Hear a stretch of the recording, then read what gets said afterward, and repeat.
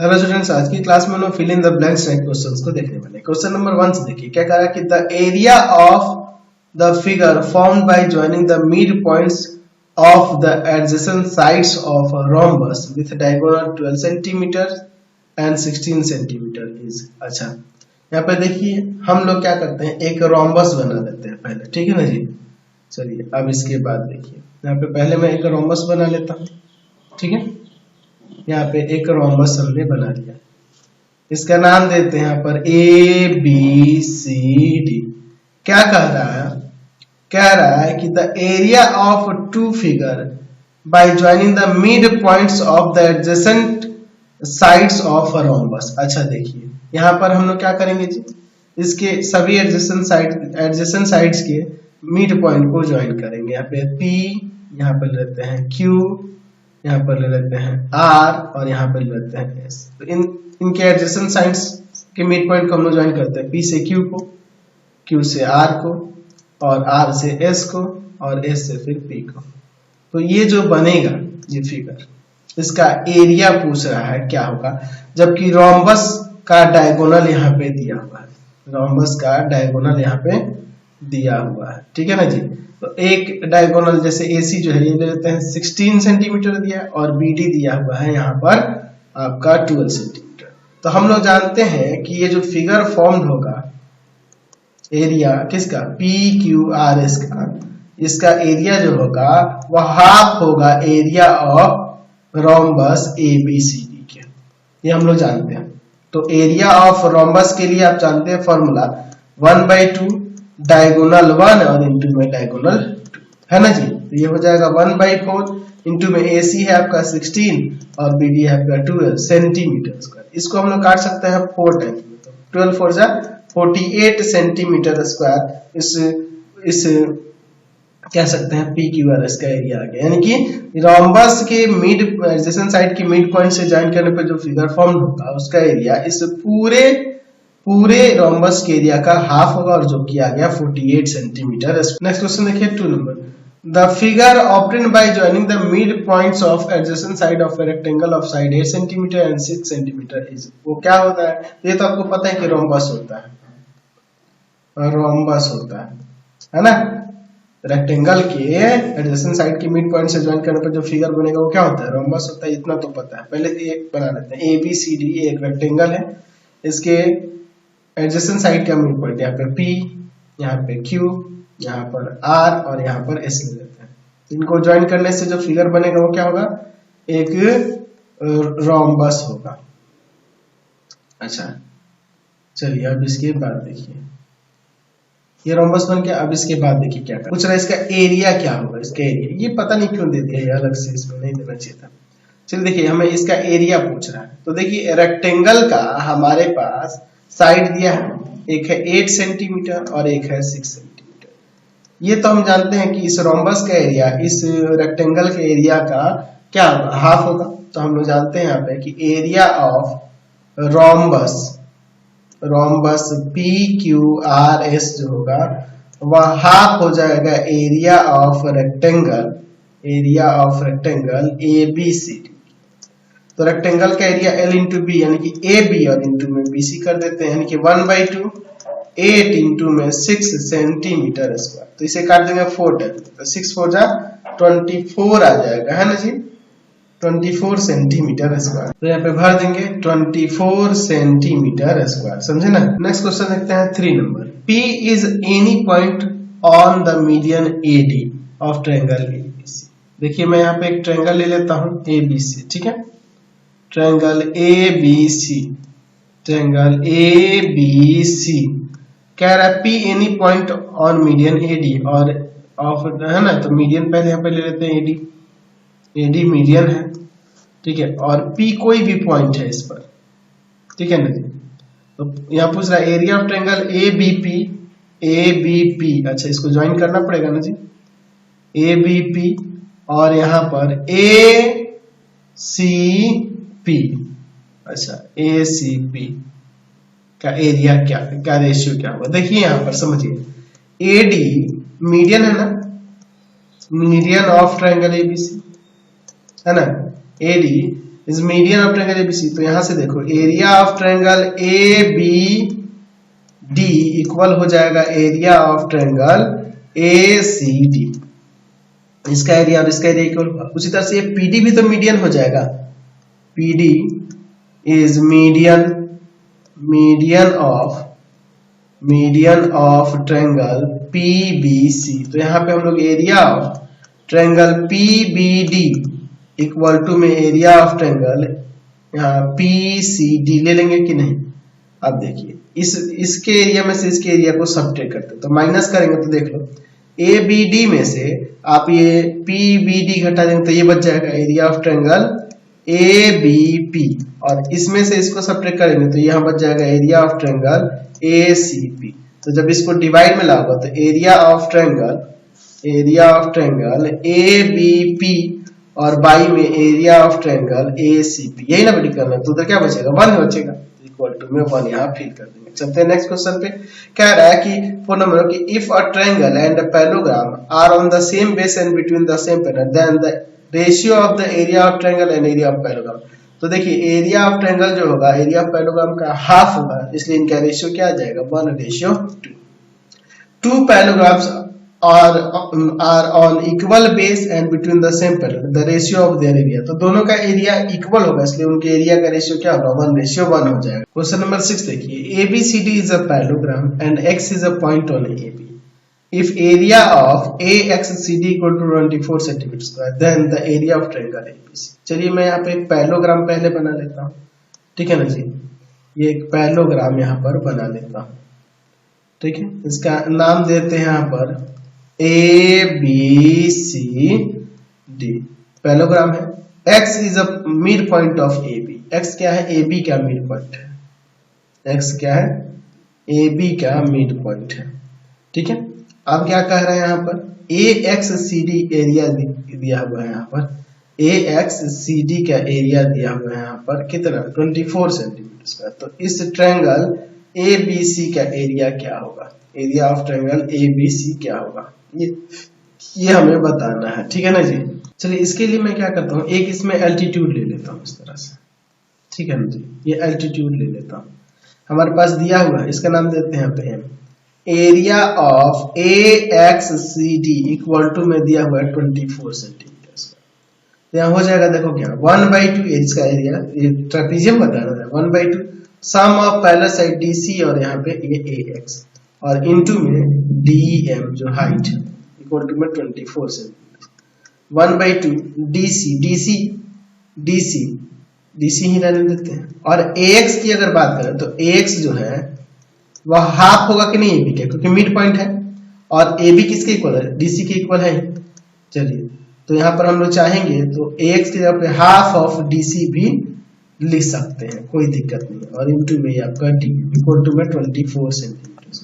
तो 1/2 इसको ऐड करेंगे तो 3/2 DC और इनटू में ये DM इक्वल टू में 24 सेंटीमीटर स्क्वायर। तो अब देखिए यहाँ पर क्या हो जाएगा, यहाँ पर आप लिख सकते हैं कि DC इंटू में DM इक्वल टू में 24 इंटू में 2 इंटू 2 और बाई में 3 सेंटीमीटर। ये 8 टाइम्स में कट जाएगा, ठीक है ना। तो यहाँ पर ये 8 टाइम्स में कट जाएगा तो यहाँ पर आ जाएगा देखिए DC इंटू में DM, इसका हो जाएगा एरिया ऑफ पैरेललोग्राम ABCD, है ना जी। और इधर 8 4 जा 32 आ जाएगा सेंटीमीटर स्क्वायर, ठीक है। तो हमें क्या निकालना है, हमें एरिया ऑफ ट्रायंगल ABC बतानी है, ABC का एरिया। तो ये तो पूरे पैरेललोग्राम का हाफ होगा ना जी, एरिया ऑफ ट्रायंगल ABC बताना। तो पूरे पैरेललोग्राम का हाफ होता है, ये तो आपको पता ही है क्योंकि डायगोनल से 2 इक्वल एरिया वाले ट्रायंगल में डिवाइड करता है, ये तो हम लोग पढ़े हैं, है ना जी। तो चलिए यहाँ पे हो जाएगा 1/2 इंटू में 32 सेंटीमीटर स्क्वायर, कट जाएगा यहाँ पे 16 आ जाएगा, 16 सेंटीमीटर स्क्वायर वहां पे भर देंगे, फिल कर देंगे कितना 16 सेंटीमीटर स्क्वायर। चलते हैं नेक्स्ट क्वेश्चन। क्वेश्चन नंबर 7 कह रहा है कि PQRS is a rectangle inscribed in a quadrant of a circle of radius 13 centimetre. चलिए देखिए मैं यहाँ पर एक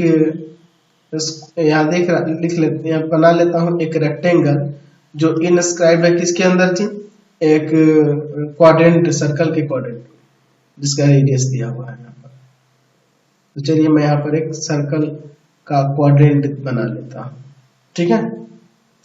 चलिए कुछ इस तरह से यहाँ पर इसको ऐसे कर्व लेके ज्वाइन कर देंगे। ठीक है, ये सर्कल का क्वाड्रेंट हो गया और उसके अंदर थोड़ा सी टेढ़ा हो जाएगा। थोड़ा मैं इसको और बड़ा कर लेता हूँ, फिगर थोड़ा गड़बड़ हो जा रहा है ना जी। मैं यहाँ पर कुछ पहले मैं क्वाड्रेंट ही ले लेता।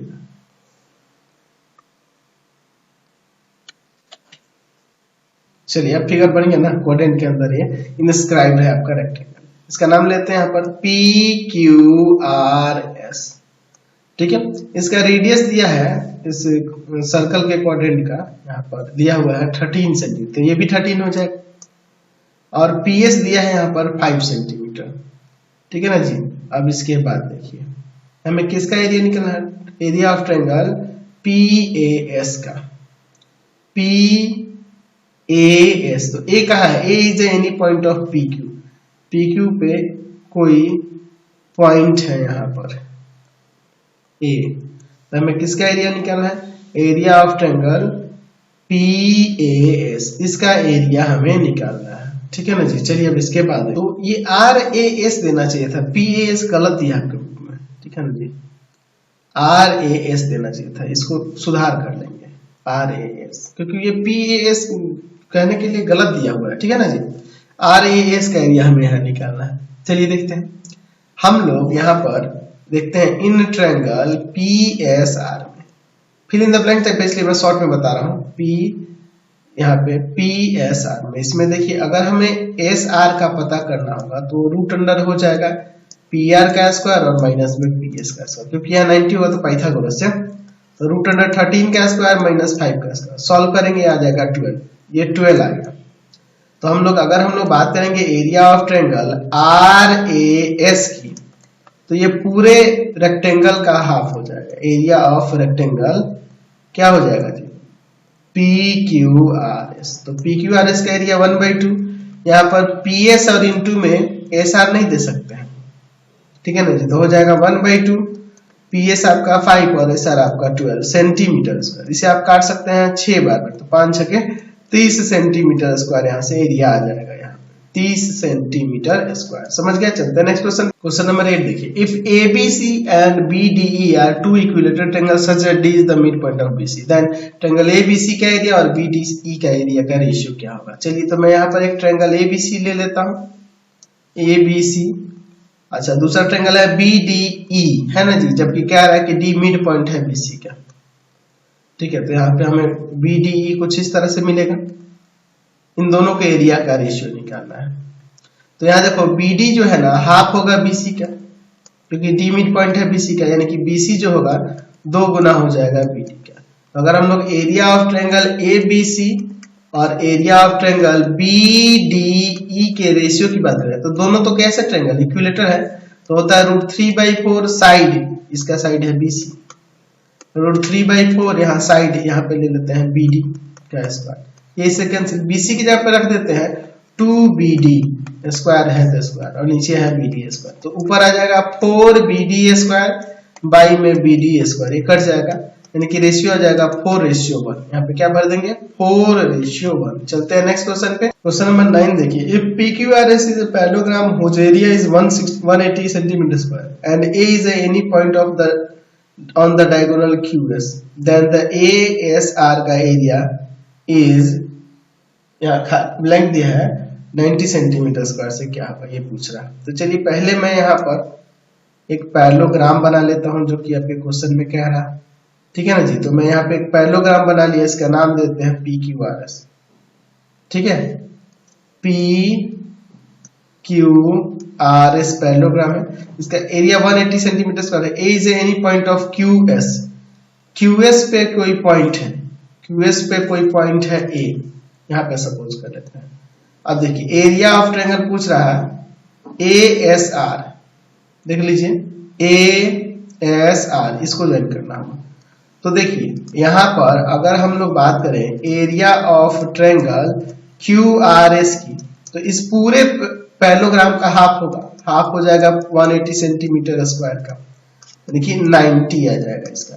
90 सेंटीमीटर स्क्वायर। तो इस QSR का QRS का एरिया, इसका एरिया 90 सेंटीमीटर स्क्वायर हो रहा है। तो इस ट्रायंगल का यानी कि ASR का इससे तो लेस ही ना होगा जी। तो यहाँ पे क्या भरेंगे, लेस देन 90 सेंटीमीटर, यानी एरिया ऑफ ट्रायंगल ASR जो होगा वह लेस देन होगा ना एरिया ऑफ ट्रायंगल QRS से। यानी कहने का मतलब कि एरिया ऑफ ट्रायंगल ASR जो होगा लेस देन होगा 90 सेंटीमीटर स्क्वायर से। ये लेस देन भर देंगे। क्वेश्चन नंबर 10 देखिए। 10 नंबर में क्या कह रहा है कि the mid point of the side of triangle ABC along with any of the vertex as the fourth point make a parallelogram of area equal to किसके होगा। देखिए क्या कह रहा है, mid point of sides of triangle ABC। चलिए मैं एक ट्रायंगल ले लेता हूं, ठीक है ना जी। मैं एक ट्रायंगल ले लेता हूं ABC। अच्छा, इनके साइड्स के मिड पॉइंट मैं यहाँ पे ले लेता हूँ। यहाँ पे ले लेता हूँ P, इसका मिड पॉइंट ले लेता हूँ Q, इसका मिड पॉइंट ले लेता हूँ R।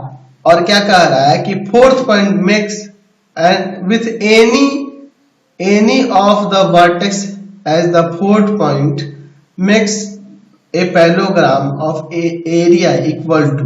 तो देखिए क्या कह रहा है कि इस तीनों जो मिड पॉइंट है वो, और इस ट्रायंगल के कोई भी वर्टेक्स ले लेते हैं, जैसे A ही ले लो, चाहे B ले लो, चाहे C ले लो, है ना, कोई भी एक वर्टेक्स ले लेते हैं, ठीक है। जैसे मैं A ही ले लेता हूं, तो ये जो पैरेललोग्राम बनेगा ना APQR, इसका एरिया किसके इक्वल होगा, तो APQR का एरिया पूरे ट्रायंगल के एरिया का हाफ हो जाएगा। यहाँ पे लिख सकते हैं एरिया ऑफ पैरेललोग्राम APQR जो होगा वह हाफ हो जाएगा area of triangle ABC।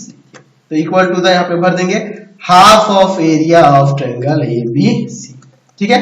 Next question देखते हैं। क्वेश्चन नंबर 11 कह रहा है कि a median of A triangle divides it into two, क्या लिख सकते हैं यहाँ पर, two triangles of equal area. यहाँ पे लिख सकते हैं to divides into two triangles of equal area, ठीक है ना, मीडियन नहीं ना करता है। नेक्स्ट क्वेश्चन देखते हैं 12 number. If ABCD is a rectangle, E and F are the midpoint of BC and AD respectively and G is the any point of EF। चलिए मैं यहाँ पर पहले एक रेक्टेंगल बना लेता हूँ, ठीक है ना जी। इसका नाम देते हैं यहाँ पर ABCD। E and F are the midpoint of BC and AD। BC का मिड पॉइंट कौन है, E है, और फिर क्या कह रहा है कि AD का मिड पॉइंट जो है वह F है, और G कोई पॉइंट है EF पर। अच्छा, EF इसको पहले ज्वाइन करना होगा। EF पे कोई पॉइंट कौन है, आपका G है। तो यहाँ पूछ रहा है कि एरिया ऑफ ट्रायंगल GAB, यानी ये वाला GAB और पूरे इस रेक्टेंगल के एरिया का रेशियो क्या होगा, ये पूछ रहा है। चलिए अब इसको समझ लीजिए। हम लोग देख रहे हैं कि E and F are the mid points of, यहां पर किसके किसके जी, BC एंड AD रेस्पेक्टिवली, ठीक है ना जी, ये दिया हुआ है। तो जब ये मिड पॉइंट हो रहे हैं तो यहाँ पे अगर हम लोग बात करेंगे एरिया ऑफ ABEF, तो इस पूरे रेक्टेंगल के एरिया का हाफ हो जाएगा, ठीक है ना जी। तो यानी कि 1/2 यहाँ पर एरिया ऑफ रेक्टेंगल ABCD जो है उसको ऐसे ही रहने देते हैं, उसको क्या चेंज करें, ठीक है ना जी, कोई दिक्कत नहीं है। अच्छा, अब इसके बाद देखिए यहाँ पर देख रहे हैं कि triangle GAB and rectangle ABEF having same base AB and between the same parallel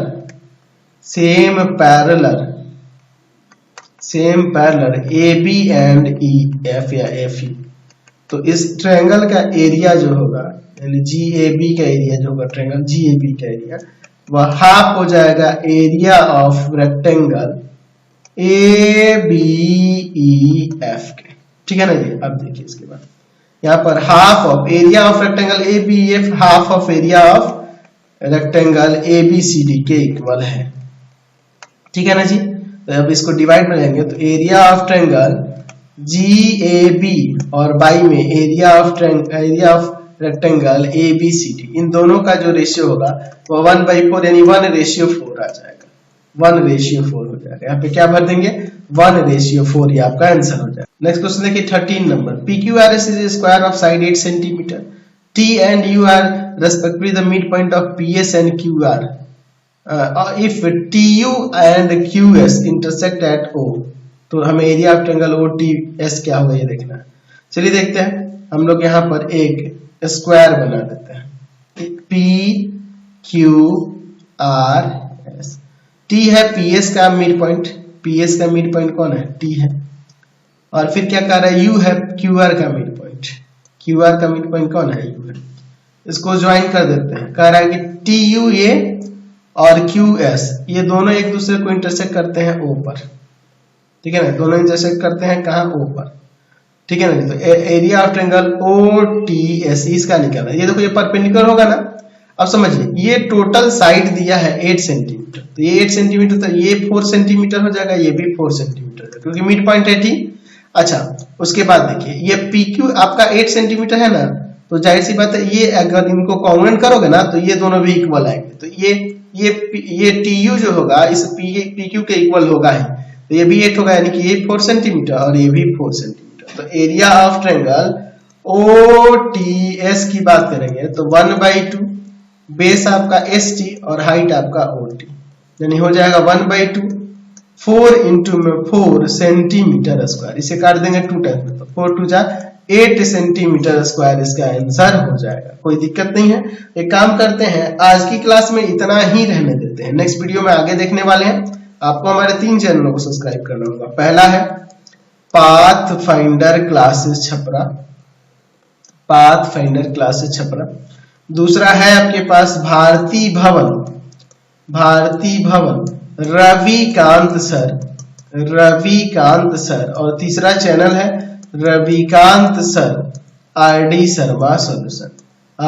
Sharma solution. तीनों चैनलों को सब्सक्राइब कर लेंगे और इससे रिलेटेड वीडियो के लिए सीधे डिस्क्रिप्शन में, इससे रिलेटेड नोट्स के लिए गूगल पे जाकर सर्च करेंगे www.ravikantsir.in, और यहाँ जाकर आप सभी क्लासेस के नोट्स उनके PDF को डाउनलोड कर सकते हैं, पढ़ सकते हैं। इंस्टाग्राम और फेसबुक पे जाकर पाथफाइंडर क्लासेस छपरा को लाइक एंड फॉलो करना नहीं भूलेंगे। Thanks for watching the video. Comment करके जरूर बताया करें कि हमारे चैनल से वीडियोस आप सभी को कैसे लगते हैं। Thanks for watching.